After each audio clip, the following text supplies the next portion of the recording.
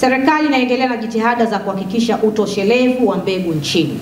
Jitihada zinaendelea, mpango wa ununuzi na usambazaji wa mbegu bora unafanyika kwa awamu kulingana na upatikanaji wake pamoja na upatikanaji wa fedha. Kwa mkoa wa Shinyanga, COPRA imetoa jumla ya tani 3 za mbegu za choroko ambazo zitasambazwa kwenye halmashauri ya Kishapu. Kishapu watapokea tani 1.3, Shinyanga DC watapokea tani 1.2 na Shinyanga Manispaa watapokea nusu tani. Wakulima watakaonufaika na mbegu hizo wanatakiwa wawe wamesajiliwa kwenye mfumo wa ruzuku na wawe na namba za usajili. Hali kadhalika, nimeelezwa kwamba usambazaji wa mbegu hizo utafanyika kupitia mifumo ya kidijitali ambao utasambazwa katika halmashauri, na lengo ni kuhakikisha uwazi, ufanisi na usawa katika usambazaji wake.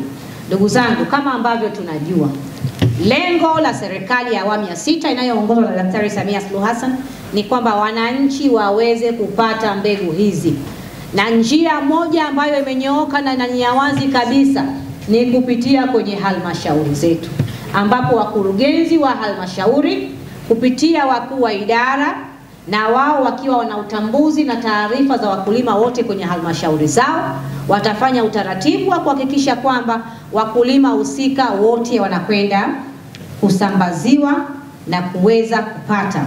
Na ndio maana kupitia mfumo huu kutakuwa na uwazi, kutakuwa na ufanisi na usawa katika usambazaji. Hili lilikuwa ni ombwe kubwa sana kwamba sasa tunapoanza kuyaangalia haya mazao kimkakati.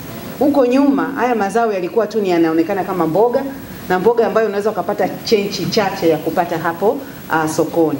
Lakini sisi tumeyaweka kimkakati, tumesema sasa haya ni mazao na ni mazao ya kibiashara, na kuhakikisha kwamba mkulima anasogezwa karibu na soko na anapata bei yake. Kama alivyosema mkulima wetu hapa, sasa huu ni mwanzo tu, huu ni mguu wa kwanza. Tumeanza na mbegu za awamu ya kwanza ya mwaka huu. Mwaka kesho tutakuja na mbegu nyingi zaidi. Lakini hata mwaka huu tu wenyewe tunapoanza na mbegu, hatuwaachi tu na mbegu.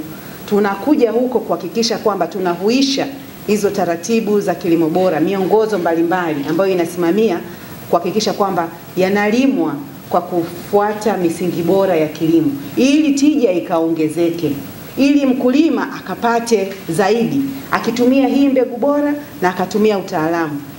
Lakini niunge mkono sana na nipongeze sana dadangu Irene kwa jitihada hizi ambazo leo hii tunashuhudia jambo hili kubwa la kitaifa la uzinduzi wa mpango huo wa ugawaji wa pembejeo. Nafikiri mheshimiwa mkuu wa mkoa huyu ni jirani yangu wa kila siku, tunaamka pamoja kuongea na kikazi.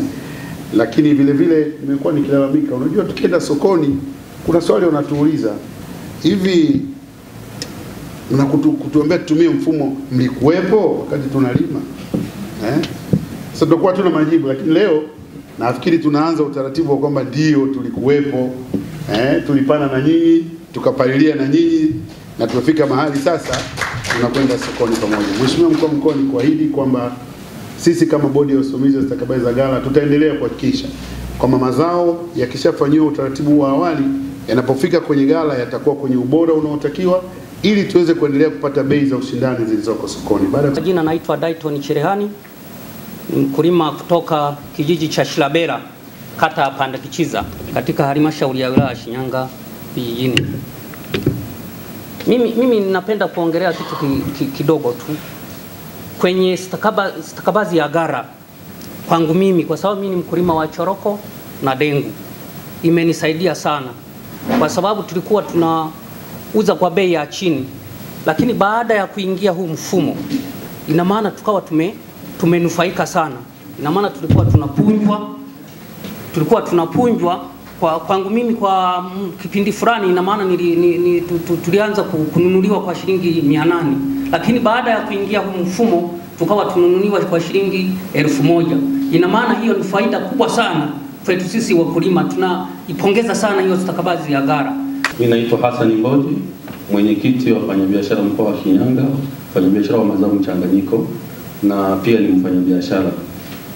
Kwa kifupi sana, mimi nashukuru sana kukutana na uongozi wetu ambao tumehangaika sana kushughulikia haya masuala ya mfumo wa stakabadhi ghalani, lakini hatimaye naona tunakaa pamoja, tunakaa meza moja, tumehangaika sana na mpaka sasa hivi wakulima wameshauelewa huo mfumo.